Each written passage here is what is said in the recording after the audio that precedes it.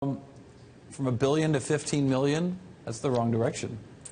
I mean, it was Bloomberg that wrote the story right around the $1 billion valuation that there was trouble brewing, right? There were already executives leaving. There were already revenue projections missed. Already investors who weren't quite sure where things were going, and yet the company was able to raise around $325 million or more to fuel its vision. And they've apparently blown through that too. If they're getting purchased for $15 million.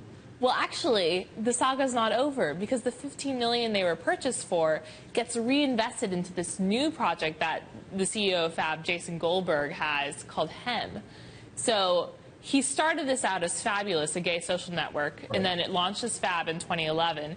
Now it's being launched as Hem, and it's just the same venture capital flowing through 3 different startups. So it's a relaunch with new ownership.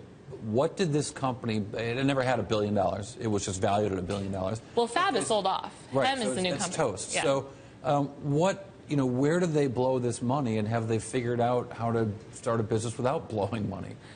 Well, it's unclear, right? So Fab went through a lot of money, expanding internationally, getting warehouses to move from a flash sales model to an inventory model, and building up those warehouses. But it was really difficult to figure out how to figure out what artsy things people would want to buy. You know, what Andy Warhol cubes that were decorative that cost $349.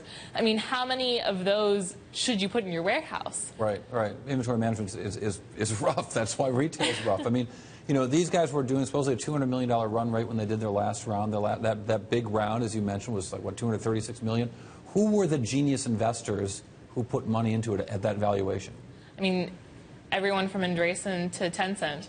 So Andreessen Horowitz, a vaunted venture capital firm, took a flyer on this thing at a pretty late stage and lost it all, huh? Well, who knows, right? Jason Goldberg says that he's using that money in Hem, and he's going to try to make something happen.